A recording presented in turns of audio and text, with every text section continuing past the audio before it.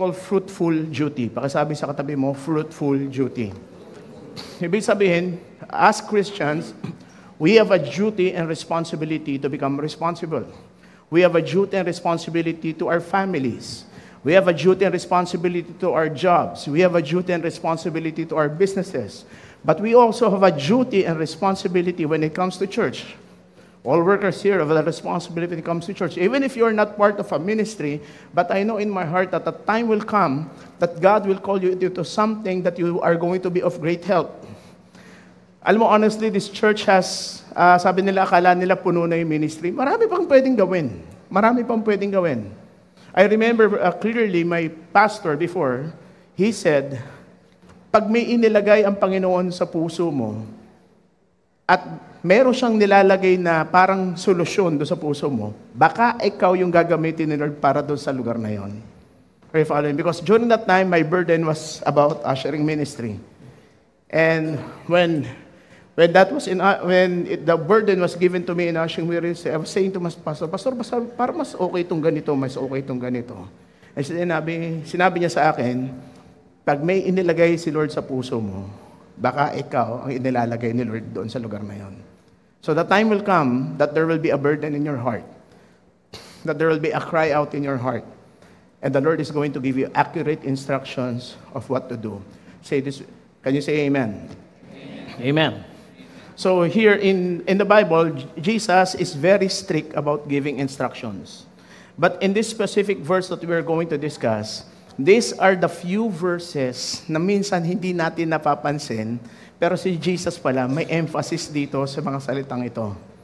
And when I read this verse, even though I've been reading my Bible for quite some time already, when I came upon this verse, kahit ako nagulat, na meron pala si Lord na instruction at sinabing turo na ganito. It can be found in Luke 17, verse 7 to 10. Okay, Luke 17, verse 7 to 10.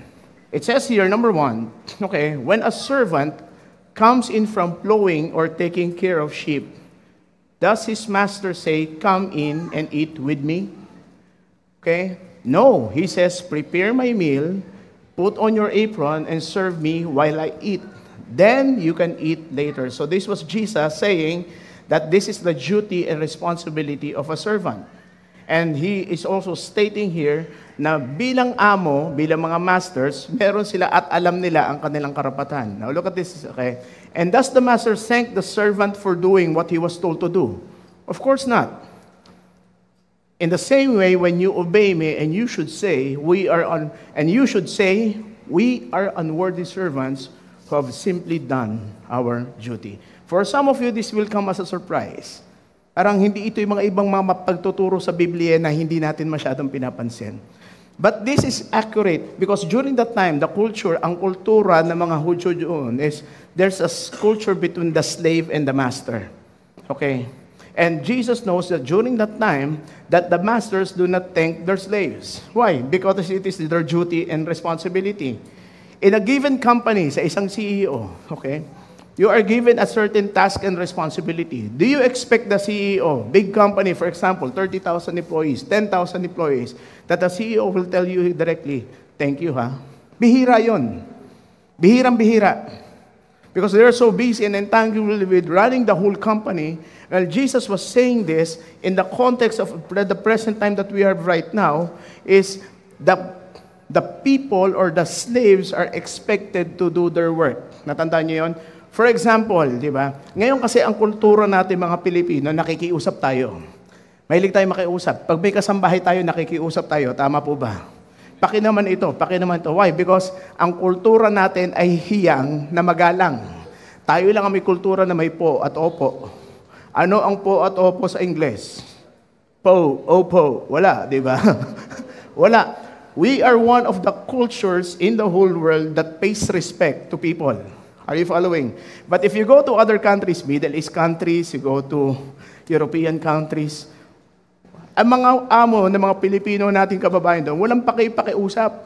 Diretso sila. They're very frank people. They're very strict people. And Jesus was saying in this verse, that servant in this context is the servant came from the perspective of work. Kung titignan nyo doon sa first chapter, tignan nyo ha. Look at this. Okay. Sorry. It says here, when a servant comes in from plowing or taking care of the sheep, ibig sabihin, yung servant nagtatrabaho na. Nakita nyo? Galing sa trabaho. Ngayon, nung galing siya sa trabaho, inutusan siya ng kanyang amo at sinabi sa kanya, is ito, prepare my meal, put on your apron, and serve me while I eat. Then, you can eat later. Nakita nyo yun? Itong servant, nagtatrabaho na, pero nakita siya ng amo niya, pakainin mo ako. Sa tingin mo ba yung servant makakareklamo? Hindi. Why? Because he is being owned by his master. Are you following? Are you following? Now, this servant either plowed, naghirap, babad sa buong maghapon, or at the same time, he was taking care of sheep. But since he is a servant, dahil siya ay kasambahay niya, he is under the employment of the master. Nakakita na ba kayo ng kasambahay na mas malakas pa yung boses kaysa sa kanyang amo? Meron. Wala na. Nawala na. Thank you, Lord. Hindi, joke lang. Parang tinamaan ko yung sarili ko doon. No matter how tired the servant is, he is under employment and he stays with his master. Are you following? No matter what he says, his duty is to obey. The servant's duty is to obey. All of us, in some point in our life, are under employment. Marami sa atin, the population of the church, meron mga ilang mga negosyante, pero mas marami sa atin ang mga empleyado. We are expected to follow who? Our superiors. Tama po ba? Tama po ba? Amen.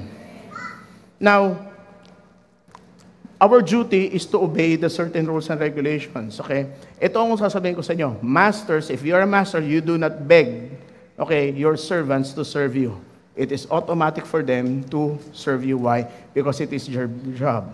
Because when you are a master, it always comes with authority. Are you following? Now look at this. As Christians, ngayon, bilang iniligtas ng Panginoon, the moment we receive Jesus Christ as our Lord and Savior, a Bible-believing Christian's first responsibility is what? Alignment and obedience to God's Word. Why? Because He is our Master. Are you following? There's no middle ground. There's no middle ground. Ang duty and responsibility ng isang Kristiyano, pag narinig ang salita ng Diyos, automatic response. Okay, if you do not respond immediately, there is a problem in the area of obedience. How do we respond to God? Through His Word. Amen. Through His Word. We obey God not because there is a reward involved. Minsan kasi sumusunod dahil merong reward involved. Have you tried that trick to your children? Anak, pag mataas ang grade mo, ibibili kita ng ganito. Kaya ngayon, yung mga bata, nakokondisyon, every time that they do something good, there is also a reward. For some time, it will work, but most of the time, it is not sustainable. Why? Kasi sa susunod, wala ka ng pambigay sa anak mo, paghahanapan ka nila at hindi ka na nila susundin. Why? Because they were glued to the reward. So if you are a parent right now, or upcoming parent, wag mong ipaing na sa anak mo na, anak, pag sumunod ka sa akin, pupunta tayo ng McDonald's, pupunta tayo ng Jollibee, pupunta tayo ng Popeyes. Paano kung wala ka ng pambili? Anak, doon na lang tayo sa Pupong, so doon na lang tayo sa Parisan, sa Kanto. Wag nating sanayin ang ating mga anak sa rewards. Because obedience is the first thing that is required of our children. Amen. And we as children of God, the first thing that God requires of us is complete obedience to His Word. We do not obey Him to have a reward. We do not obey Him for the sake of getting something.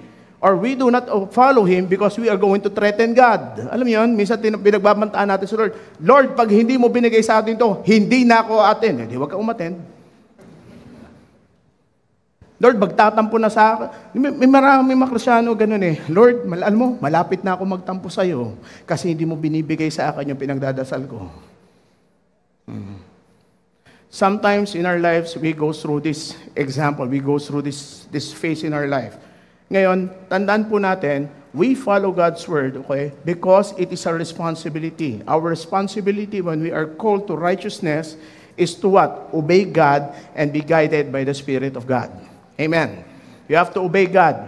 You have to be guided by the Holy Spirit because if you just follow this word at walang revelation ng Holy Spirit, paano ka?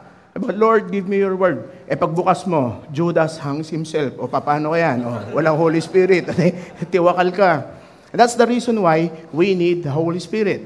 The Bible is full of stories. There are inspirational stories, but there are also stories about destruction. Okay, may mga instruction dito minsan na maikinuwento, pero kung wala ang Holy Spirit sa iyo, you are going to just take it literally. Are you following? Susundan po ninyo. Kaya kailangan natin ng gawa ng banal na Espiritu. Amen. Because without the Holy Spirit, we are just flying through the motions. You're going to interpret the Bible based on your own understanding. And that's the reason why may mga kulto. Ang kulto naman, Biblia rin ang ginagamit nila di po ba? Bakit ibang interpretation? Why? There's no work of the Holy Spirit. The Bible was written for us to understand it. This is God's Word. You don't need an interpretation. The Holy Spirit Himself will teach you. The Holy Spirit Himself will teach you. Mga kapatid. And that's the reason why we need the Holy Spirit. And you have to be faithful to His Word. You have to follow the instructions of His Word. When the Holy Spirit leads you, you have to be faithful. Amen. Because when a servant is faithful in little, he can be faithful with what? With much. Pag pwedeng pagkatiwalaan ang isang lingkod sa maliit, pwedeng pagkatiwalaan ni Lord sa mas malaki. Amen. If you are honest with the small money that you have, guess what? If you are faithful in your giving, in your tithes, and all of those things, diba? Tell you what, God is going to entrust you with greater things in your life. Amen. Look at this. In Matthew 25, verse 21, look at this. The master is like this. When he saw that his servant, na pwede niya yung pagkatiwalaan sa maliit, nakita niya that the servant was faithful in small, so what he did was, he entrusted it with big things. And Jesus said, this was his story, his master replied, "Well done, good and faithful servant. You have been faithful with a few things, I will put you in charge of many things. Come and share your master's happiness." In the book of Luke it says, because you could be entrusted with little, I will put you in charge of 10 cities. Na discuss na natin yan way back before. But you see this, in order for a servant to be effective and to be trusted, he must be what? Underline dyan. Ano nakalagay? You must be faithful. Pwede kang pagkatiwalaan. If you cannot be trusted in a little, you cannot be promoted. Amen. So lahat tayo, whether you're employed or not, okay, whether you own a business or not, we are going to be held accountable. Meron tayong ultimate master. Kahit ikaw ang may-ari ng kumpanya mo ngayon, meron kang ultimate master. Our ultimate master and our accountability is none other than God. Here in church, I am not your master, okay? I am your pastor. I am here to teach. But our ultimate master, all of us are accountable to none other than who? None other than to God. May responsibility tayo. Ngayon, uulitin ko, lahat ng pwedeng pagkatiwalaan sa maliit, pwedeng pagkatiwala sa malaki. Lahat ng nag-uumpisa sa baba, pag ikaw ay faithful, imposibleng nasa baba ka all throughout.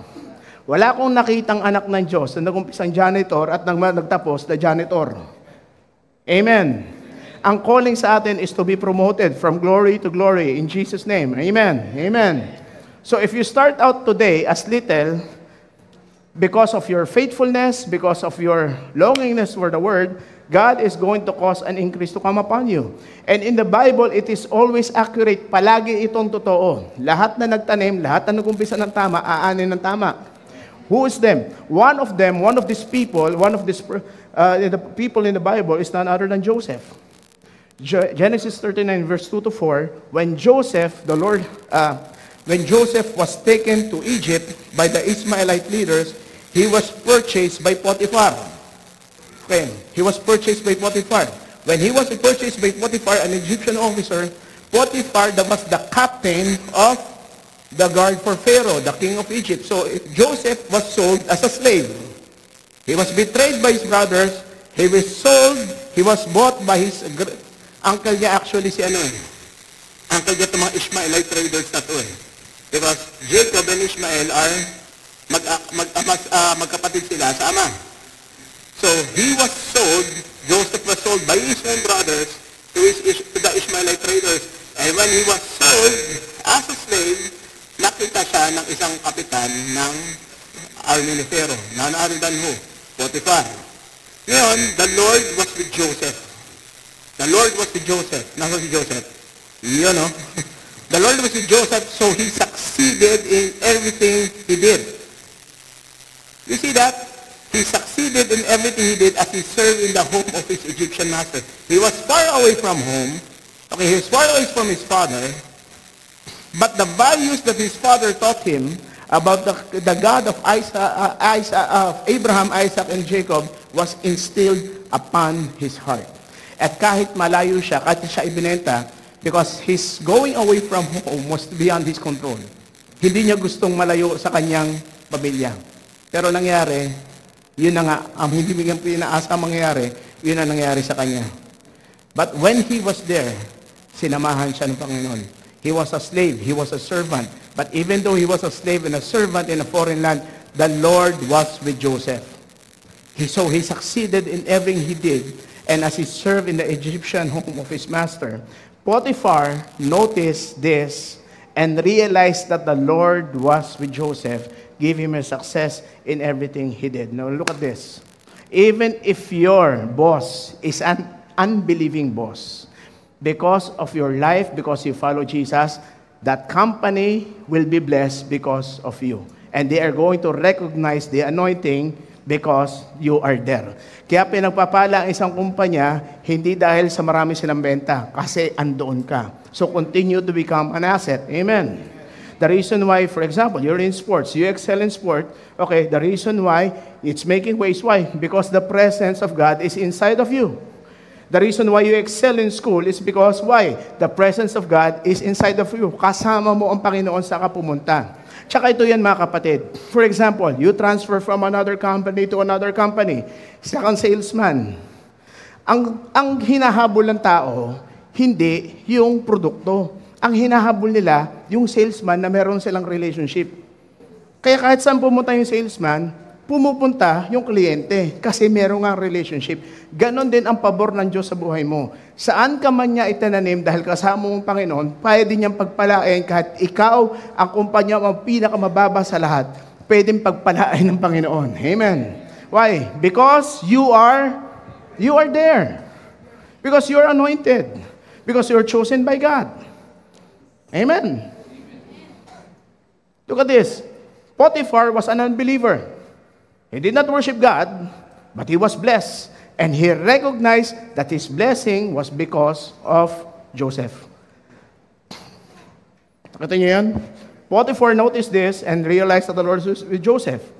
And this pleased Potiphar, so he soon, as early as possible, as soon as Joseph became his servant, nakita niya na umunlad ang kanyang buhayan, he soon made Joseph his personal attendant. From servant to bodyguard. Personal attendant, EA kagad. Executive assistant. And Potiphar was not an ordinary man.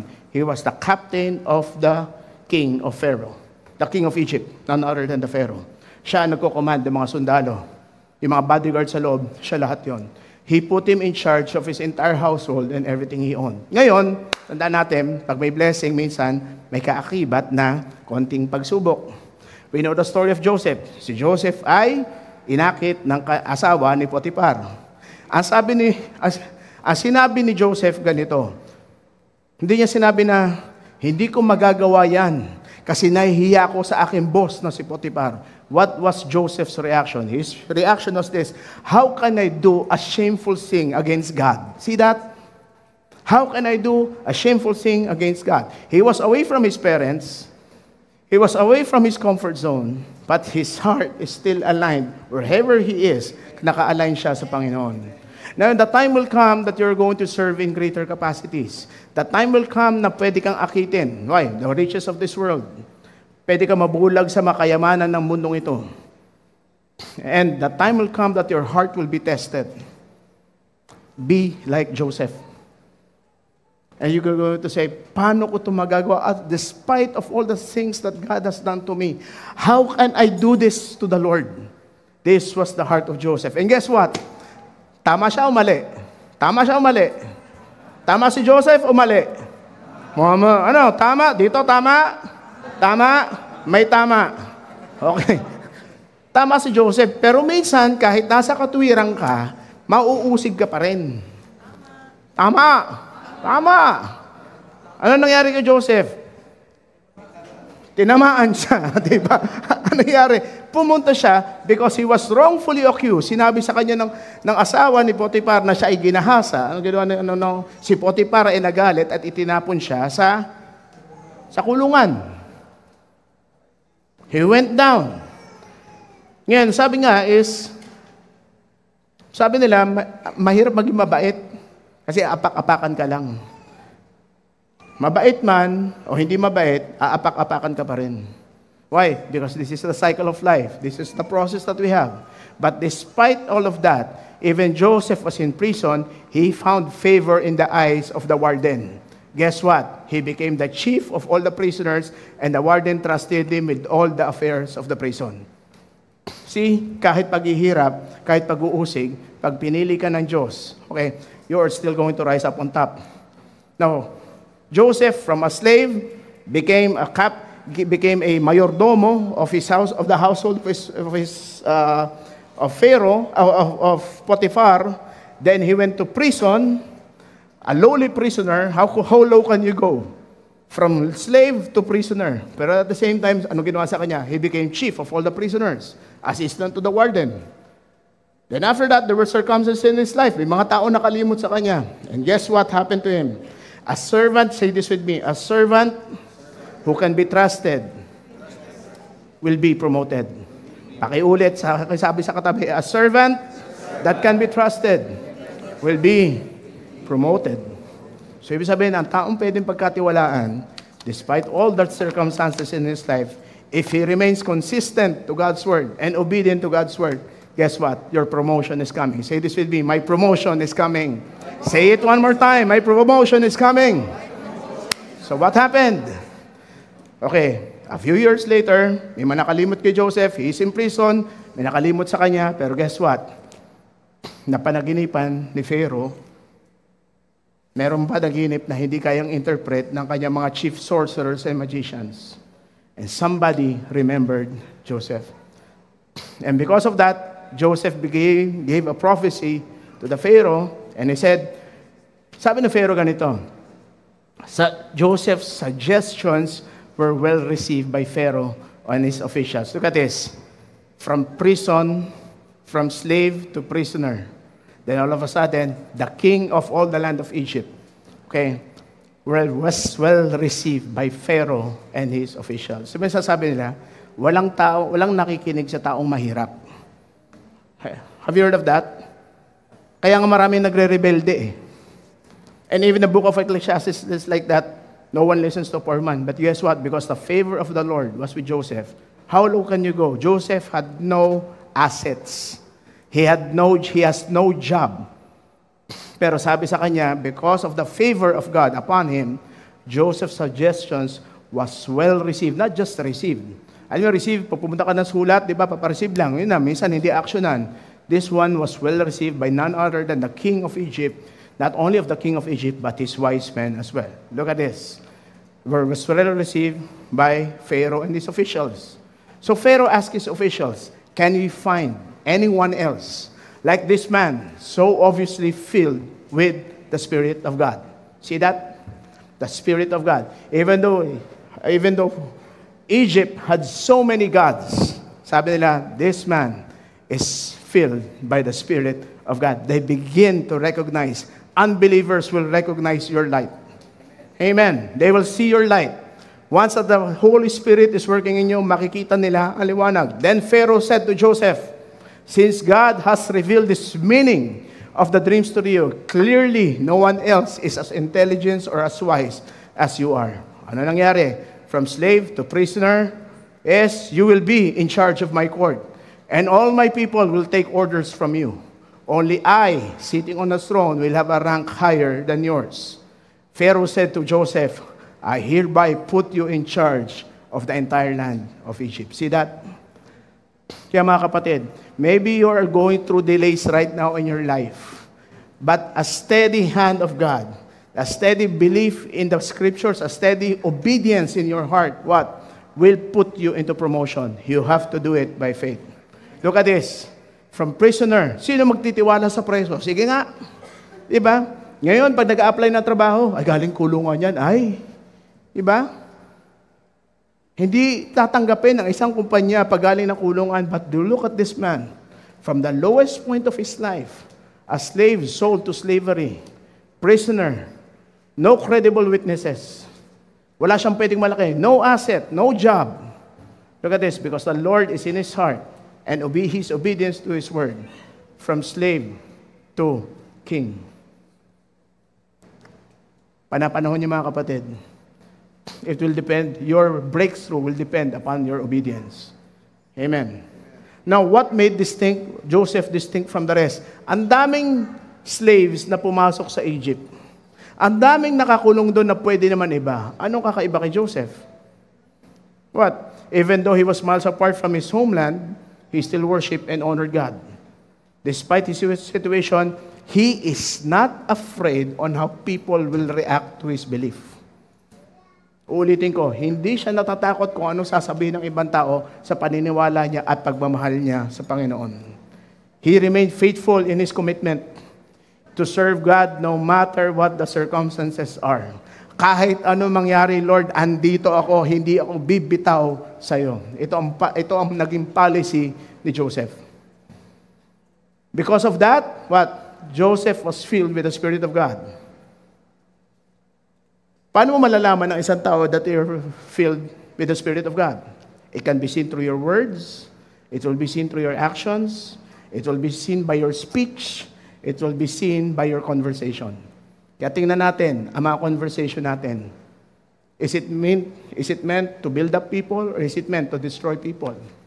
Kasi kahit Kristiyano, pwede makasira pa rin. Baka sabi sa katabi mo, may tama ka. Amen. Ngayon, lahat naman dito siguro na umaten sa church na to, one way or another, you have an encounter of who God is. Amen. Now, let me ask you this question and be honest with me. Okay, be honest with yourself. Are you controlled by the Holy Spirit? Is your thoughts and decision patterns controlled by the Holy Spirit? Tandaan ninyo, the Bible clearly defines the Holy Spirit. Okay? Actually, meron nga scripture dyan eh. The gift of the Holy Spirit, do you know that? The gift of the Holy Spirit and the fruit of the Holy Spirit. Sige, para doon sa mga iba na gusto malaman ito yung ibabagsak ito sa inyo. Ano ba ang gift of the Holy Spirit? Kasi ang Holy Spirit, nagbibigay ng regalo. Amen. Who among you like gifts? Sino sa inyo gusto ng regalo? Okay. Di ba? Pag nanalo ka sa raffle, hindi mo na-expect na ikaw yung nanalo, pero ikaw nanalo. Di ba? Nanalo ng spaghetti, nanalo ng panlaba. Kahit pa paano, regalo pa rin yun. Di po ba? Pwede ka ba mamili ng regalo? Di ba? Hindi. And how would you feel if someone gives you a gift, pero yung gift, tinabi? Kita niyo yun? Halimbawa, nakuha mo yung gift, ibinigay mo yung gift to somebody else, nakaharap yung nabigay sa'yo na regalo. Ano mararamdaman mo? Di ba masasaktan ka? Kasi parang hindi binigyan ng value yung gift. Ngayon, look at this one, In 1 Corinthians 12, verse 41, 4-11, there are different kinds of gifts that the Holy Spirit gives us. These are the different kinds of gifts, but they're all given to believers by the same Spirit. Kanino ro binibigay ito? Kanino binibigay? To believers. Sino believers dito? Taas ang kamay. Okay, kanino binibigay? Sa atin. Who gives it? None other than who? The Holy Spirit. It's the same Spirit. There are different ways to serve, but they all come from the same Lord. Are you following?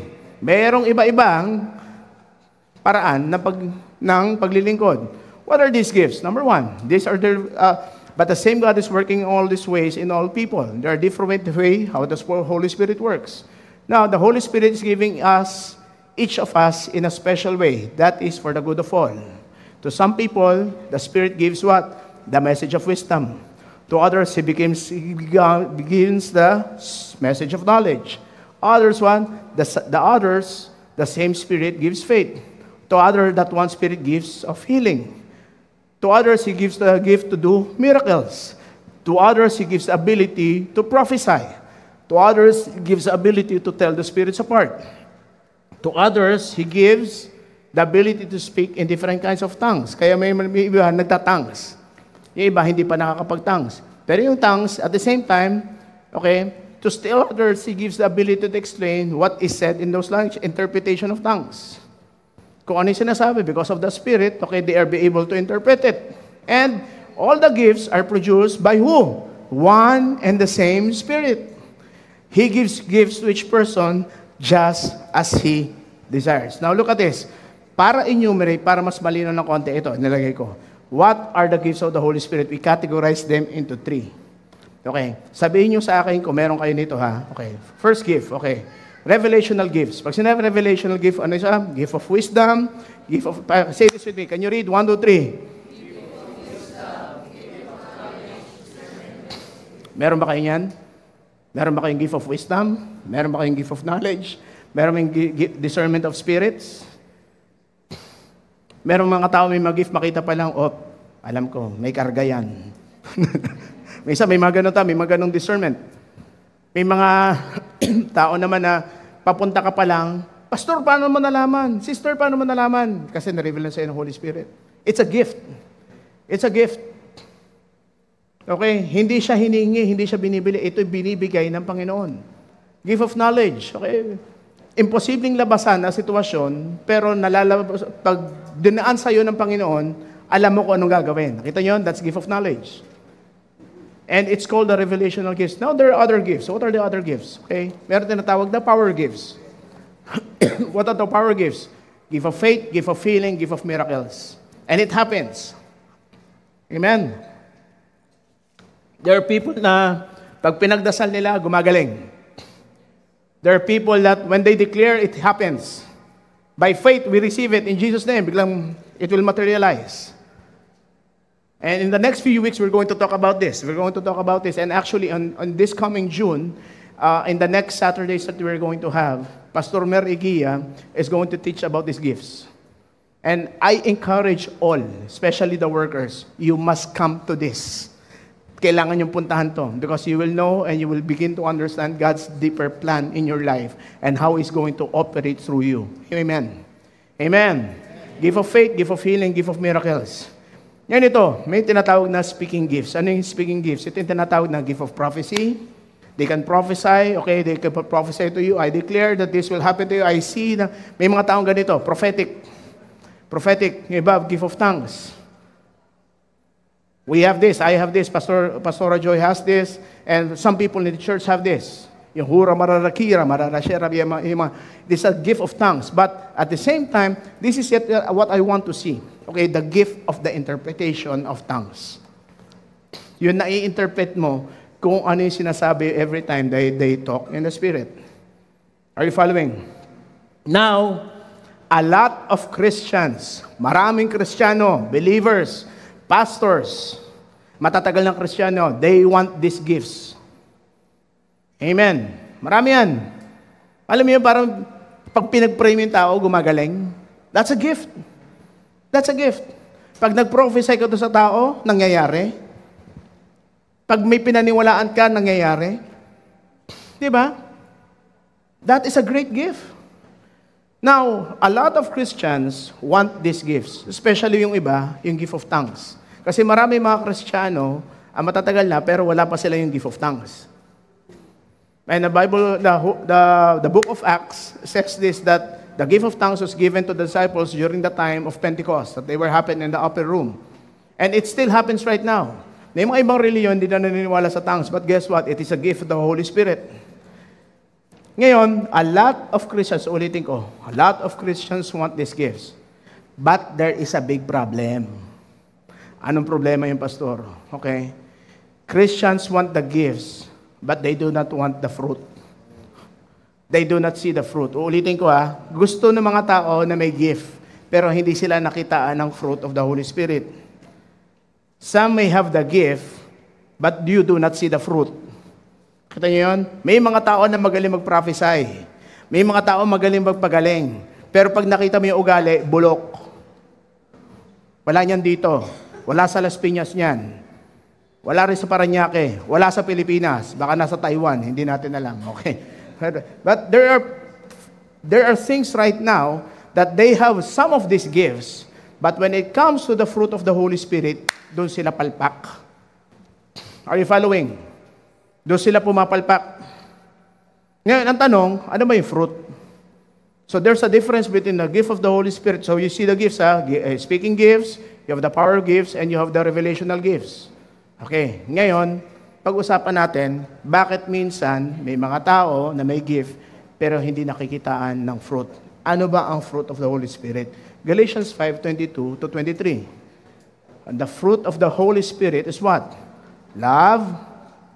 Say this with me. Love, peace, patience, kindness, goodness, faithfulness, gentleness, self-control. Against such things, there is no law. And sabi dito, and those who belong to Christ Jesus have crucified the flesh with its passions and desires. If we live by the Spirit, let us also keep in step with the Spirit. Let us not become conceited. Let us not become conceited. Bawal ang mayabang. Let us not be conceited, provoking one another, nang iinis sa isa't isa. What? And every one another. So nakita niyo ito, tanungin ko sa inyo, sa mga Kristiyano ba, may Kristiyano pa rin bang mayabang? Meron. Meron kaya mga Kristiyano na palaging galit. Masal mo, ano? Palagi nakaganon. Kaya ito, ginaganyan ko talaga palagi. Kasi nakita niyo, yung kilay ko talaga sa lubong palagi eh. Doon di bigay mo sa akin sikreto ng kilay, ha? Provoking one another. Ito, envying one another. May mga Kristiyano bang inggitero at inggitera? Hindi nila, hindi Kristiyano. May mga nag-church ba na inggitero at inggitera? Meron. Kaya nangyayari minsan, kaya ang tao, ang Kristiyano, kinadadalaan ng marami, Kristiyano pa naman yan kasi hindi nga nakitaan ng fruit of the Holy Spirit. Ano ba yung fruit of the Holy Spirit? O sige, i-enumerate natin para mas madali. Number 1, ito ayaw. Wala ba? Okay. Enumerate natin, 9. Love, pakibasa, number 1. Love, joy, peace, patience, kindness, goodness, faithfulness, gentleness, and self-control. O tanungin ko sa inyo, nakailan ka sa 9 na yan? Nakailan ka? Nakailan ka dyan? Palagi ka bang masaya? O masaya ka lang pag may pera ka? Masaya ka lang kung may remittance? Masaya ka lang pag kinsena sa 30, pagkatapos to, hindi ka na masaya? Okay? At peace ka kung nasa church, pero pag sa bahay, hindi ka na at peace. Diba? Madali ka mairita. Kindness, mabait ka sa loob ng simbahan, pero sa sarili mong mga anak, tigre ka.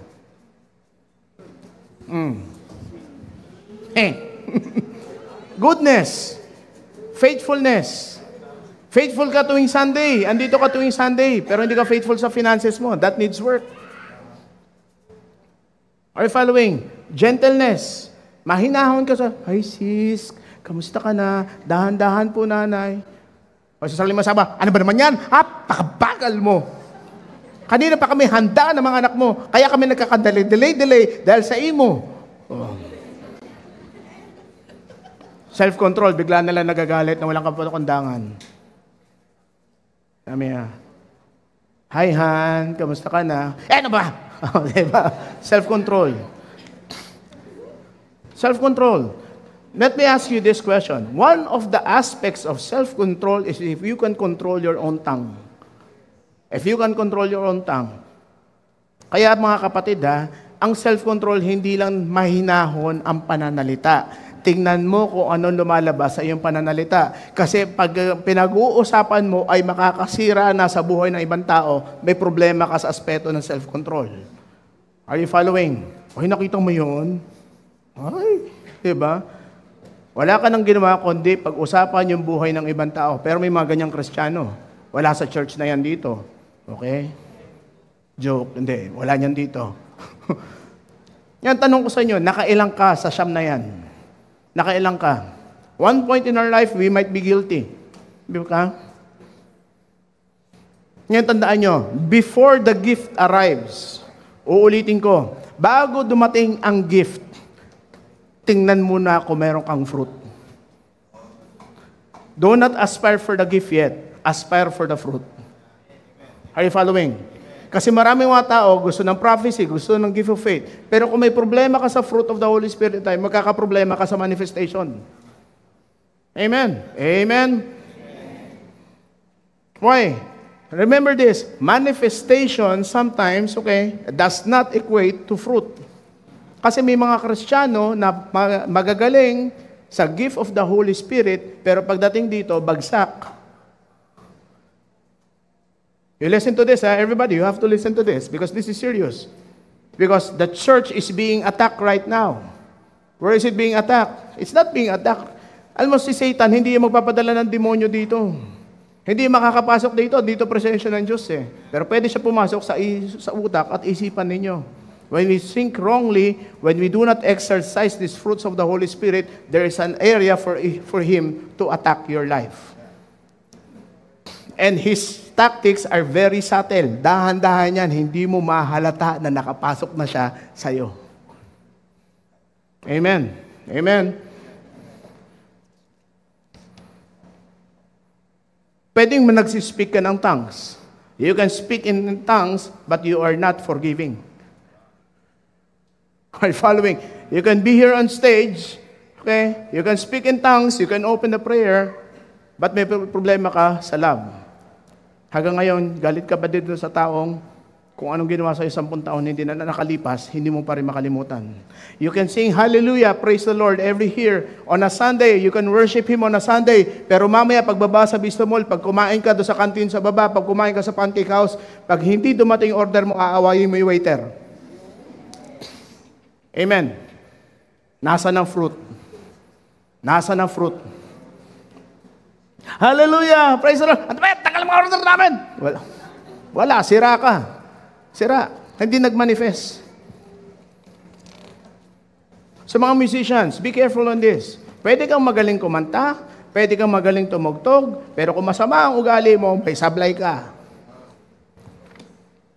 Amen. Ang mga musicians, wala nag-amen.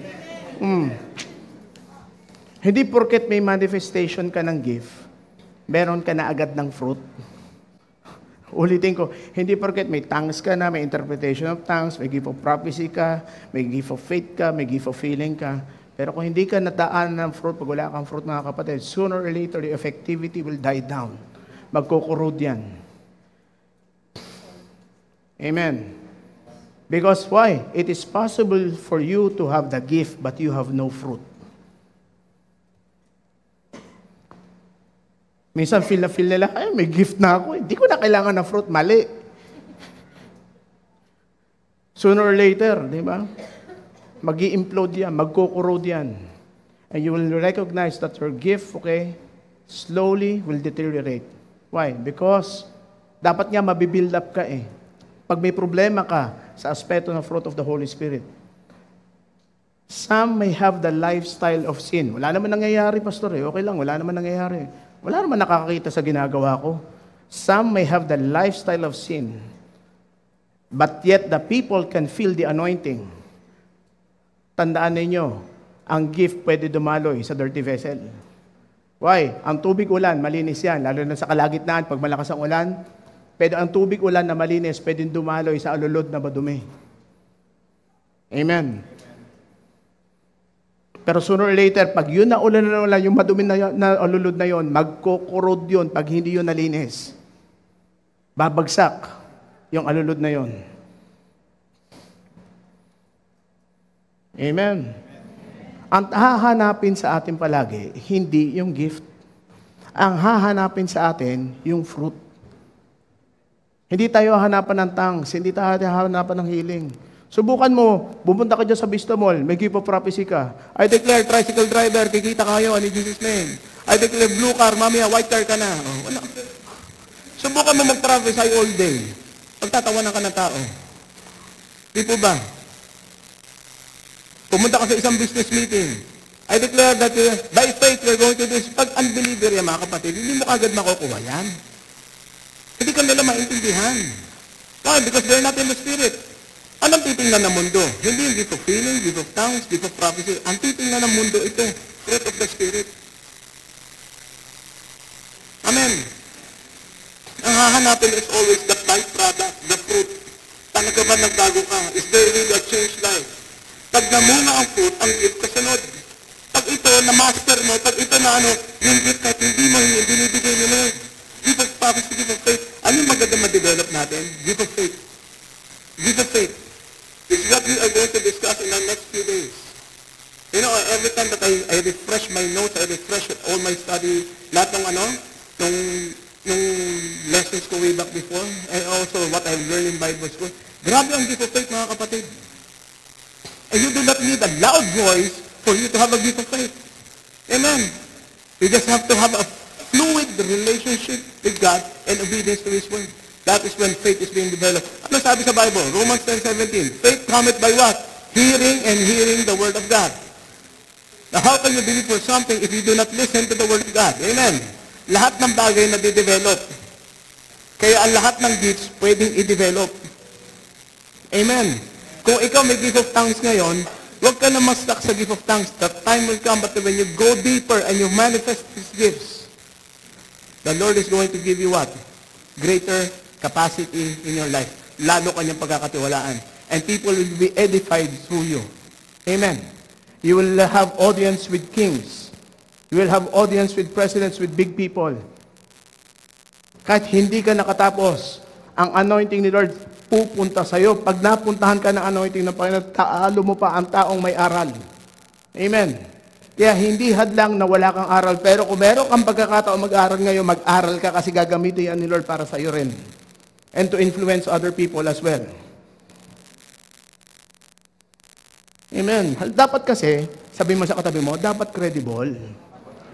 Halimbawa, ako maging model ako ng cherry fair. Maniniwala kayo?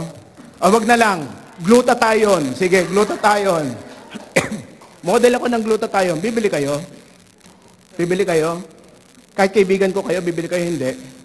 Yung totoo. Bakit? Dahil hindi ako credible. Nagets niyo? Hindi evident. Di ba? Hindi credible. Kasi nga, hindi ako effective doon. Hindi ako nakitaan ng bunga. Pwedeng mataas ang estado mo ngayon, pero kung kulang ka sa communication kay Lord, kulang ka sa instruction, you can have the throne, but the anointing is not with you. You can be a king. Look at this. King Saul was a king, the first king of Israel. But he had no intimacy. He lost the anointing. Makita niyo yun? Walang intimacy kay Lord. Pero si Haring David, nung inanoint siya, he had no throne, but he had intimacy.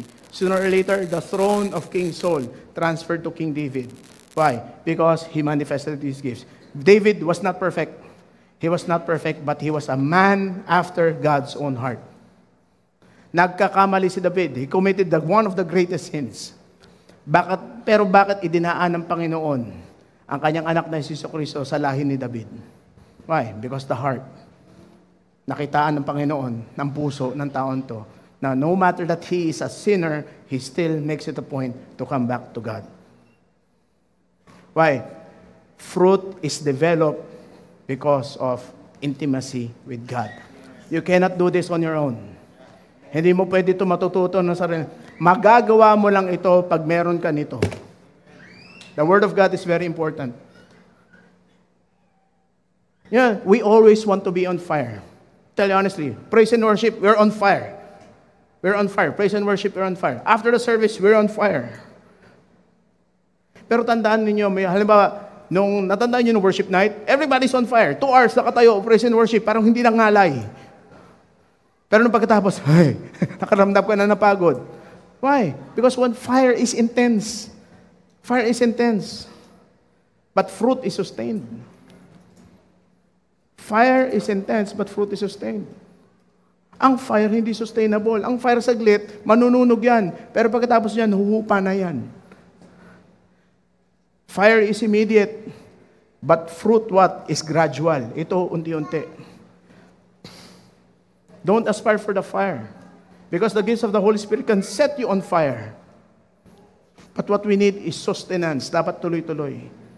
Fire is for a moment. The gifts are for a moment. But fruit what? Is every day. Nakikita ito. Amen. So paano mo makikita ngayon ang isang tao kung sila ay may bunga? Kasi alam nyo, requirement sa atin ni Jesus na magbunga tayo. Requirement niya. Alam mo ang tawag nila sa isang Kristiyano na walang bunga? Anong tawag doon? Anong sabi ni Mabel nyo? Ang tawag ni false prophet. Bigat. Tignan nyo ito. You will, sabi na, Matthew 7:15-20, you will know them by their fruits. Why? Beware of false prophets who come to you in sheep's clothing, but inwardly they are ravenous wolves. You will know them by their fruits. Do men gather grapes from thorn bushes or figs from thistles? Even so, every good tree, what? Bears good fruit. But a bad tree bears bad fruit. A good tree cannot bear bad fruit, nor a bad tree cannot bear good fruit. Every tree that does not bear fruit, ano sabi ng good fruit, is cut down and thrown into the fire. Therefore, by their fruits, what? You will know them. Tingnan nyo yung buhay. Tingnan nyo ang bunga. Tingnan nyo kung evident ito. Pero bago nyo tingnan nyo ibang tao, tingnan nyo muna kung evident ito sa ating lahat. Why? This is being practiced every day, not just Sunday. Starting today, you can practice this. You can practice this. Goodness, faithfulness, gentleness. Alam mo yung yung gentleness, na-exercise yan tuwing katapusan ng buwan. Yung Sunday, yung celebration Sundays, may exercise ka dyan. Minsan, hindi pa nga ho nag-uumpisa, nakakadalawang balik na kayo. Di ba? Hindi pa nga ho nakakakain yung iba.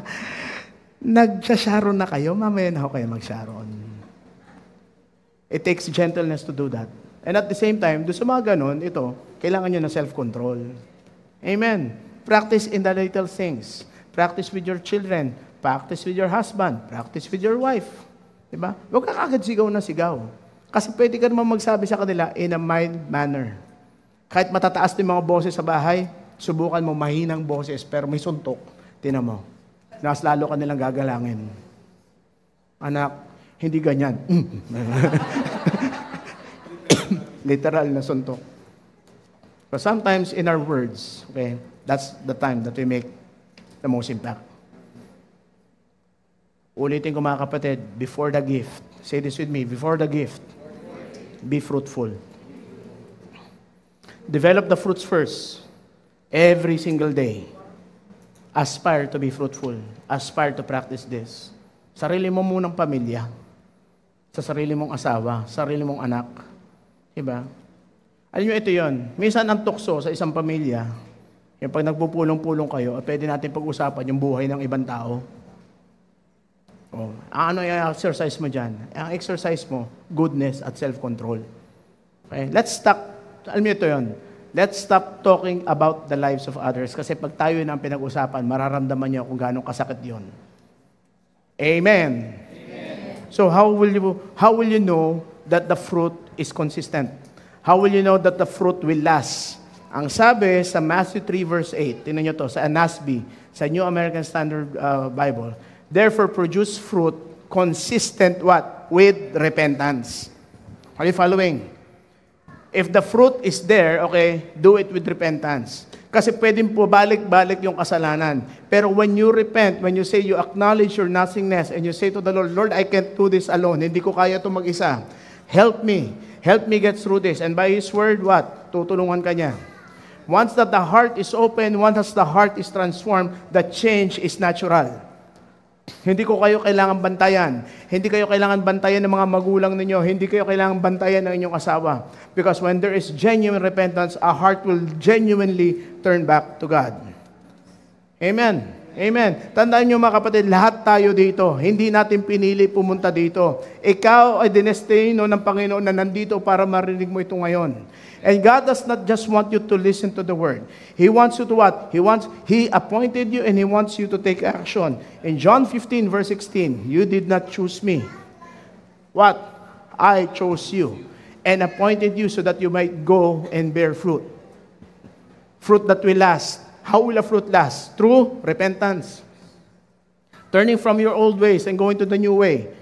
Turning to God's way. And so that whatever you ask in my name, what? That's the time that the Father will give to you.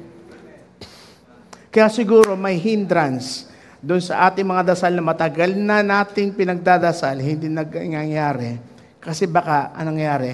Kinulang tayo sa aspeto ng fruit of the Holy Spirit. Pero sabi niya, pag tayo daw ay nagbunga, pakisabi sa katabi mo, nagbunga. Pag tayo ay nakitaan ng bunga, ano sabi? That's the time that you can ask the Father anything in my name. You know, ano sabi doon? And what? The Father will give you. A lot of us have prayed to the Lord, Lord, bigyan mo ito sa akin. It's been years, 5 years, 10 years, 15 years, nothing's happening. Bakit kaya? Bakit kaya? Eh sabi mo, Lord, ito yung word mo, ask anything in my name, and I will give you to you. Baka nakalimutan natin yung 3 words before that. Fruit that will last. Bearing fruit. Fruit that will last. Wag natin, brothers and sisters, let's not look for rewards. Let's not look for the immediate gratification of our earthly self. Don't look for the car. Don't look for the house just yet. Baka kaya hindi pa ibinibigay ng Panginoon itong mga material, mga bagay na ito. Kasi alam niya ang puso mo, baka hindi pa handa. Alam ng Panginoon kung yayabang ka o hindi. Alam ng Diyos kung pwede ka mahila pababa o hindi. Ilang beses na po natin sinasabi ito, don't let the things that you pray for become a hindrance for you to serve God. Kasi posible ang mga bagay na ipinagdasal na atin, ito yung mga bagay din na maghihila sa atin pababa na, Lord, naintindihan mo naman ako, may negosyo ako, kailangan kong patakbuhin. Lord, the children that we pray for, Lord, maintindihan mo naman ako, yung anak ko, kailangan kong alagaan, hindi ako makakakomit. But before we ask for them, dati hiningi natin, nung binigay na sa atin, ipinalit, pwede natin ipagpalit. Mga kapatid, before we ask for the manifestation of the blessing, make sure that you will bear fruit first. So in order for us to ask anything in Jesus' name, anything in His name, make sure that we will bear fruit. What are those fruits? Ulitin ko. Let me close in this. What are they? Love, joy, peace, patience, kindness, goodness, faithfulness, gentleness, and self-control. Sinabi dito, above all of these things, there is no law. Above all these things.